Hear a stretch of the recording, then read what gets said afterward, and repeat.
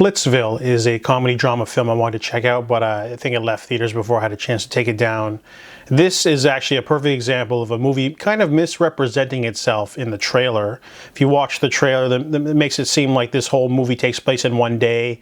It's a very kooky, riotous, sort of weird concept poly movie with like cheating and like awkward moments. But when you watch the film, it's more so it takes place over like a year, and it's like not that funny.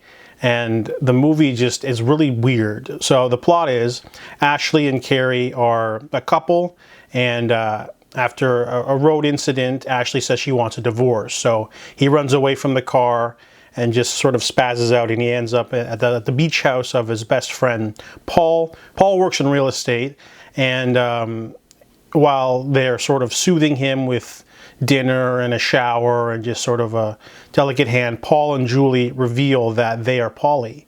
So they don't want to know about each other's extra little affairs unless they ask, but it's a weird arrangement that he didn't know they had. But Paul often spends a lot of time in the city.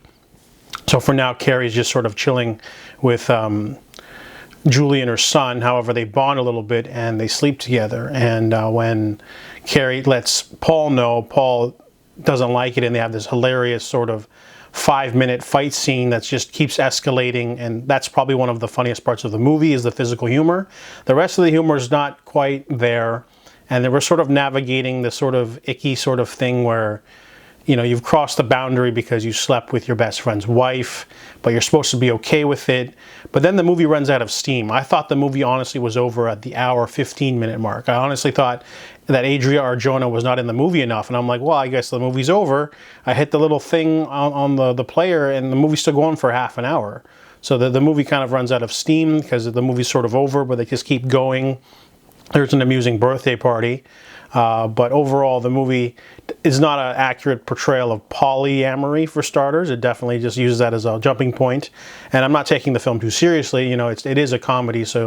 But if you're going to play around with that a little bit, you need to do more world building at least to sort of set up the realism, because the movie just sort of goes into weird places and it's not that funny.